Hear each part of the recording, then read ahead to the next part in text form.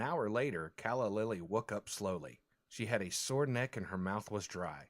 She let out a groan when she saw what was outside. The beautiful scenery she had seen before going to sleep had vanished. In its place was a gray sky and cold, damp air. Even the rocks were an ugly shade of gray. The car began to slant as it proceeded up a rocky hill. Calla Lily pressed her face against the window and shivered. They were driving up a steep hill that was lined with jagged rocks. Trying to ignore the sharp-looking rocks, Calla Lily stared at the sea which lay beyond the heart of Rockville. The sea looked cold, dark, and stagnant.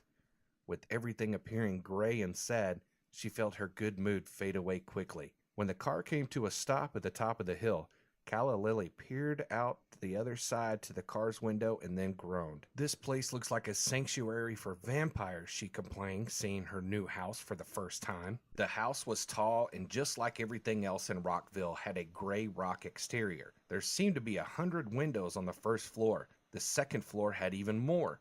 "Why in the world would you buy this house? Couldn't we have got something by the sea?" "I got this house for practically nothing," Mr. Milroy explained. "There was no vacant house by the sea, and even if there were, we wouldn't be able to afford it." "Well, I think this house is absolutely lovely," Miss Milroy said cheerfully. "It's better than the houses right by the sea. We get a better view and miss the cold winds that are produced near the water."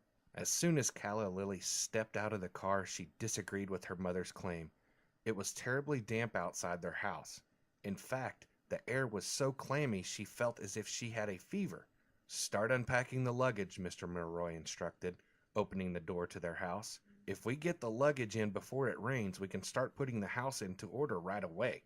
Calla Lily lifted one of the heavy suitcases and brought it into the house. The inside of the house looked just as gray as the outside. Mr. Milroy had turned on a nearby light, making everything appear dim and scary. As she looked into the large empty room, Calla Lily realized that she couldn't complain about the house's size.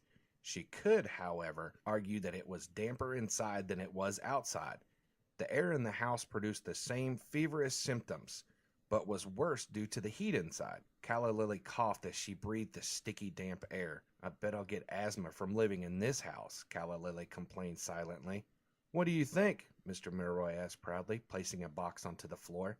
A large cloud of dust appeared around the box, and Calla Lily was sure she saw something black scamper away from the dust. "It's certainly spacious," Miss Milroy said, obviously trying hard to be enthusiastic. "Don't you think it has potential, Mom?" Calla Lily asked, hiding a little evil smile that played upon her lips. She knew that her mother liked everything to be in order. "It does," Miss Milroy answered, surprising Calla Lily. "Although the house is in dire need of some proper lighting, a lot of dusting, furniture, and paint, I think it'll look lovely once it's all done." "The movers should be here tomorrow with our furniture," Mr. Milroy added. "At least all the plumbing and electricity is working. We just need some new light bulbs, and as for the paint, we can go shopping for some in a couple days. The house's foundation is as strong as rock. We only need to fix the interior." "How many rooms does this place have?" Calla Lily asked, peering into the kitchen. "The level we're on has a den, living room, dining room, and kitchen. The upper level has 4 bedrooms and 1 bathroom. We also have a basement, but it's the messiest part of the house. There's a bathroom down there as well." "Which room do I get?" Calla Lily asked anxiously, secretly hoping she'd get the room with the balcony. "Whatever you like," Mr. Milroy replied casually before heading back to the car. "All the bedrooms are pretty much the same size." "Can I pick my bedroom now?" Calla Lily begged her mother. Miss Milroy laughed. "Help us unload the car, and then you can choose your bedroom." "Fine," Calla Lily grumbled as she headed towards the car. After Calla Lily had helped her parents, she decided to explore the house. She looked into the kitchen, which was large and dusty. It had a horrible-looking black and white tiles on the floor. She then walked through the den and living room. Each room was dark and dusty and didn't contain much. Bored with the first level of the house, Calla Lily hurried up to the stairs. The stairs to the upper level of the house were very old-fashioned. They were made from a dark brown wood, which Calla Lily guessed was oak, and twisted in a half circle. She carefully stepped onto the spiral staircase and began to walk up. They creaked under her feet, but felt steady and safe. The upper level of the house was so dark that Calla Lily couldn't see her hands which she held in front of her face. She swept her hands over the cold walls until she felt a light switch. She turned it on and then gasped. In front of Calla Lily was an open door. Behind that door was the largest bedroom she'd ever seen. Calla Lily walked into the room, which only contained an empty bed frame, and began to dance around. Excited, she hurried to the large window and saw the balcony. I must have this room, she thought greedily to herself.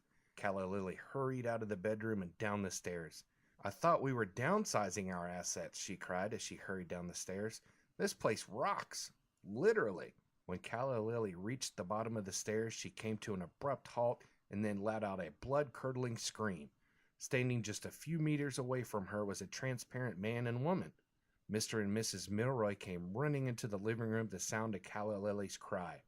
As soon as they entered the room, the transparent couple vanished. "What's wrong?" Miss Milroy asked breathlessly. I just saw two ghosts," Calla Lily stuttered. "Two what?" Mr. Milroy asked with a puzzled look. "I saw an elderly man and woman. They were dressed in old-fashioned clothing and their hands were reaching out as if to grab me." "Oh, honey," Miss Milroy said sympathetically, reaching for her daughter just like the elderly man and woman had. "You're seeing things. This house is dark and everything in it is unfamiliar. There are no ghosts." "You're old enough to know that ghosts don't exist," Mr. Milroy scolded Calla Lily. There was something in her father's expression that scared Calla Lily.